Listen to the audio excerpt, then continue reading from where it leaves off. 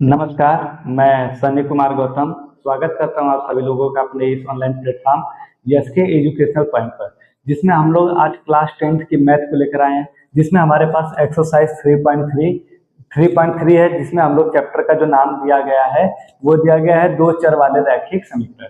तो आज हम लोग इससे रिलेटेड सवाल पढ़ेंगे कि दो चर वाले रैखिक समीकरण में हम लोग को जो 3.3 दिया गया है इसमें हम लोग को किस प्रकार से हल करना है। तो इसमें जो समीकरण को हल करना है वो किस विधि से करना है, तो वो करना है प्रतिस्थापन विधि। प्रतिस्थापन विधि, ठीक है। प्रतिस्थापन विधि के द्वारा हम लोग सवाल को क्या करेंगे, हल करेंगे, ठीक है। प्रतिस्थापन सब्स्टिट्यूट मेथड के द्वारा हम लोग सवाल को हल करेंगे। तो इसमें हम लोग के जो सवाल दिए गए हैं, ठीक है, जैसे हमारा इसमें पहला सवाल दिया गया है कि x प्लस में y बराबर में 14 दिया गया है, और दिया गया है कि x, और दूसरा दिया है x माइनस में y बराबर में 4 दिया है। इन दोनों समीकरण को हमको क्या करना है, इन दोनों समीकरण को हम लोग को प्रतिस्थापन विधि के द्वारा हल करना है। तो आइए हम लोग एक एक करके सवाल को हल करते चले जाते हैं, ठीक है। जिसमें हमारा समीकरण दिया है x प्लस वाई बराबर में 14, x माइनस में y बराबर में 4।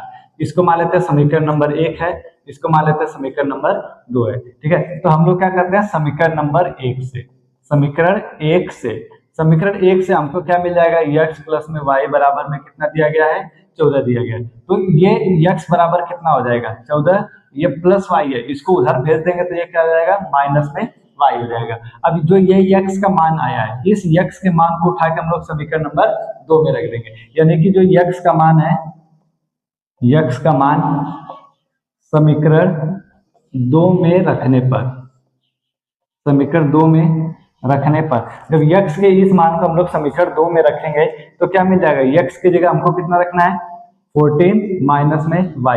अब पहले से क्या दिया है, माइनस में y बराबर कितना हो जाएगा, 4। तो ये हो जाएगा 14 माइनस y और माइनस y मिलके माइनस कितना y हो जाएगा, माइनस में 2y हो जाएगा। अब बराबर में कितना हो जाएगा, 4 हो जाएगा। तो ये कितना मिल जाएगा, यहाँ से हमको मिल जाएगा माइनस में 2y बराबर में 4, और ये प्लस 14 इधर जाएगा तो क्या हो जाएगा, माइनस 14 हो जाएगा। तो माइनस में 2y बराबर, ठीक है, यहाँ से हम लोग को क्या मिल जाएगा, माइनस में 2y बराबर कितना मिल जाएगा, माइनस में 10, माइनस से माइनस कैंसिल हो गया, 2y बराबर कितना मिल जाएगा, 10, y बराबर हो जाएगा 10 बटे के 2, ये कटेगा तो कितना आ जाएगा, 5, यानी y का मान कितना आ गया, 5 आ गया। अब इस y के मान को उठा के हम लोग किसी भी समीकरण में रख देते हैं, माने इस समीकरण को में रख देते हैं, तो ये हमको क्या करेगा, x का मान आ जाएगा, ठीक है। तो x का मान इसमें रखेंगे तो कितना, x बराबर में 14 माइनस में y की जगह कितना रखेंगे, 5 रखेंगे, तो ये 5 हो जाएगा। तो कितना हो जाएगा, 9, यानी x का मान कितना आ गया, 9। तो इस समीकरण को जब हम लोग हल करेंगे, यानी x प्लस में y बराबर 14 और x माइनस में y बराबर 4, जब इन दोनों समीकरण को हल किया गया तो हमको x की वैल्यू कितनी मिली, 9 मिली, और y की वैल्यू 4 मिली। ये इसका क्या हो जाएगा, आंसर हो जाएगा, ठीक है। अब अगला सवाल के बारे में देखेंगे। देखिए, अब दूसरा सवाल जो हमारा दिया गया है, दूसरा सवाल दिया गया है कि यस माइनस में t बराबर 3 दिया गया है, और यस बटे के 3 प्लस में 3 बटे के 2 बराबर कितना दिया गया, 6 दिया गया। अब इस दोनों समीकरण को हमको हल करके ये बताना है कि इसमें यस का मान कितना होगा और t का मान कितना होगा। तो देखते हैं कितना होगा, मतलब कि यहाँ से निकालेंगे यस माइनस में t बराबर कितना मानेंगे, 3 मानेंगे, तो ये क्या हो जाएगा, समीकरण नंबर 1 हो जाएगा। और यस बटे के 3 प्लस में t बटे के 2 बराबर कितना हो जाएगा, 6। इसको यहाँ से क्या करें, पहले इसको ना हल कर लेते हैं, इसको हल करके इस फॉर्म में लेके आएंगे। तो इसको क्या करेंगे, एलसीएम ले लेंगे, इसका एलसीएम कितना होगा, 6 होगा। तो 3 से 6 में भाग देंगे, 2 बार जाएगा, 2 का यस में गुणा करेंगे, 2 यस हो जाएगा, प्लस में 2 का 6 में भाग देंगे, 3 बार जाएगा, 3 का t में गुणा करेंगे, 3t हो जाएगा, बराबर क्या हो गया, 6 हो गया। तो 2s प्लस में 3t बराबर कितना मिल गया, 6, और ये इधर भाग कर रहा है, इधर आके गुणा करेगा तो ये 6 में गुणा करेंगे 36 हो जाएगा। इसको मान लेंगे समीकरण नंबर 2।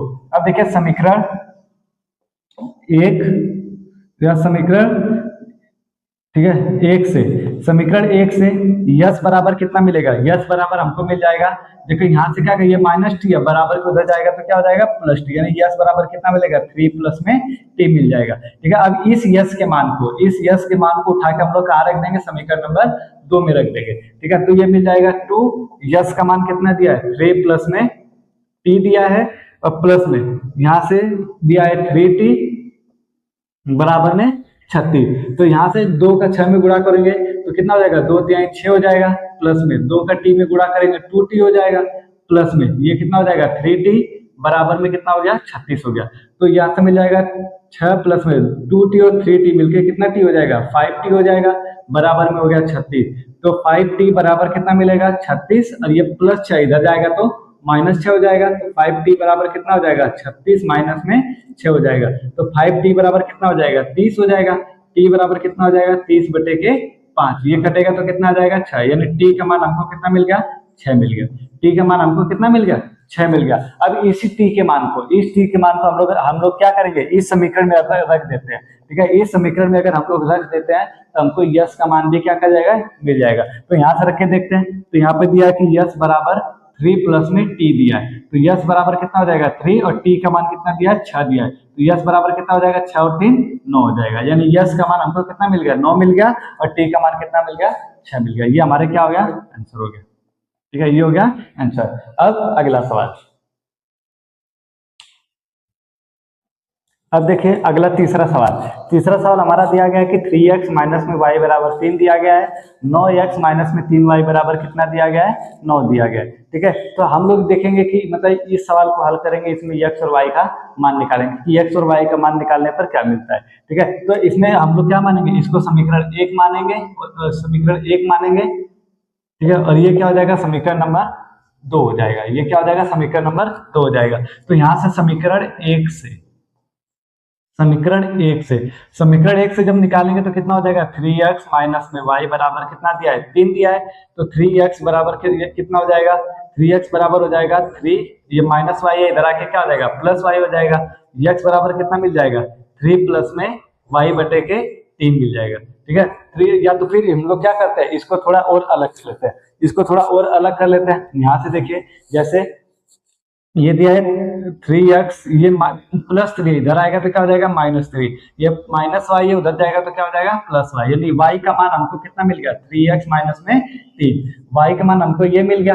ठीक है, y का मान ये मेरा, y के मान को उठा के हम लोग कहाँ रख देंगे समीकरण नंबर 2 में रख देंगे।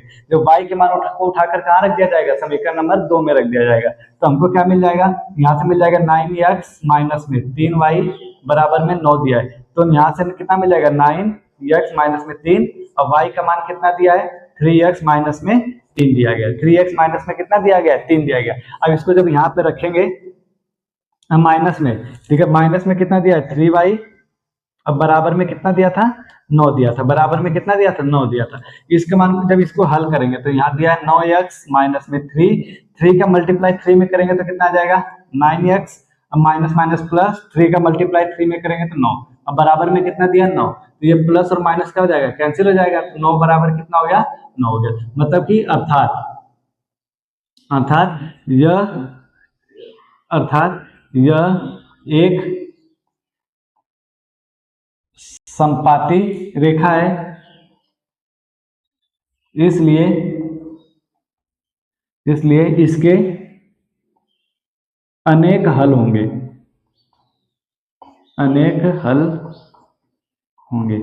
इसलिए इसके क्या होंगे अनेक हल होंगे।